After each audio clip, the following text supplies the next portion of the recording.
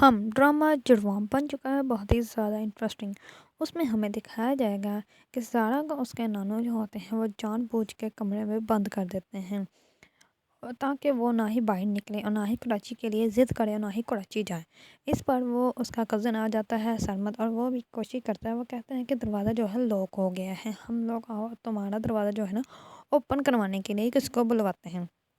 اس پر سرمد جو ہوتا ہے وہ جاتا ہے تالے والے کو ڈھونڈنے کے لیے۔ اس پر وہ اس کو لے کے آتا ہے۔ اتنے میں جو ہوتی ہے زارا، وہ اندر سے گن پکڑ کے دروازہ ہی توڑ دیتی ہے اور وہ باہر آ جاتے ہیں۔ اس پر تمام فیملی جو ہوتی ہے بہت زیادہ ڈر جاتی ہیں کہ اس نے جو ہے وہ بندوق ہی چلا لی۔ اس پر زارا جو ہوتی ہے بہت زیادہ غصے میں باہر آتی ہے۔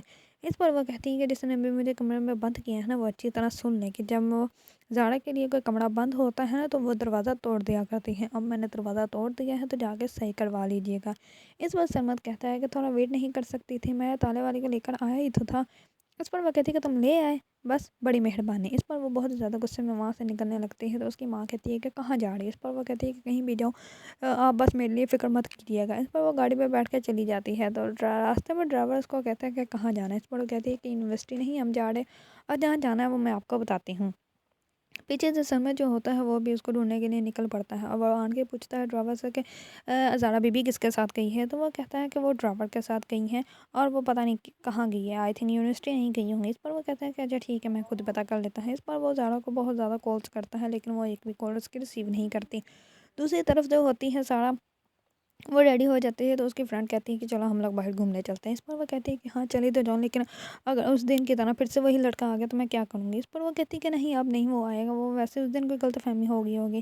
اس پر وہ کہتی ہے کہ اچھا تم باہر جا کے ویٹ کرو، میں اپنا موبائل لے کر آتی ہوں۔ اس کی فرینڈ جو ہوتی ہے ہینا، وہ اندر چلی جاتی ہیں اور وہ باہر سڑک پہ کھڑی ویٹ کر رہی ہوتی ہے۔ اتنے میں سرمد اس کے پاس آ جاتا ہے اور وہ کہتا ہے کہ تم یہاں پہ کھڑی کیا کر رہی ہو اور تم نے کپڑے کب چینج کیے ہیں، تم تو گھر میں سے کچھ اور کپڑے پہن کے آئی تھی، چینج کب کیے ہیں۔ اس پر وہ کہتے ہیں کہ میں نے ہوٹل میں چینج کی ہیں۔ اس پر وہ کہتے ہیں کہ آپ ہیں کون۔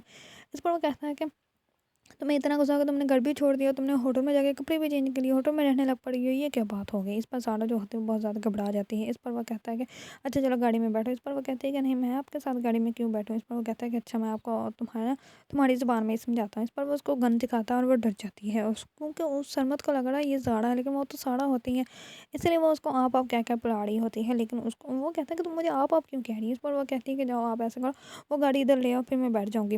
اس پر وہ گاڑی لینے جاتا ہے، وہ کہتا ہے میں گاڑی لے کے آتا ہوں لیکن تم یہاں سے ہلوگی نہیں۔ اس پر سارا جو ہوتی ہے وہ کہتی ہے کہ ٹھیک ہے میں نہیں یہاں پہ سے ہلوں گی۔ جیسے سرمد جو ہوتا ہے وہ گاڑی لینے جاتا ہے تو سارا جو ہوتی ہے وہاں سے بھاگ جاتی ہے اور سیدھے چلی جاتی ہے اپنے ہوٹل میں اور اپنے دوست ہینا کا ہاتھ پکڑ کے روم میں لے جاتی ہے اور اس کو جا کے سب کچھ بتاتے ہیں۔ اس پر وہ کہتی ہے کہ یار مجھے تو حیرانگی ہو رہی ہے کہ 30 لڑکیوں کا گروپ ہے لیکن تمہیں یہ ٹارگیٹ کیوں کیا جا رہا ہے۔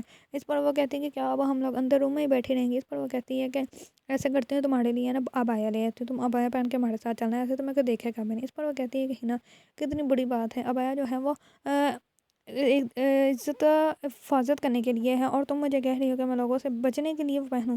اس پر وہ کہتی ہے کہ یار اب ہم کیا کر سکتے ہیں، اب کیا تم یہیں پہ بیٹھی رہو گی۔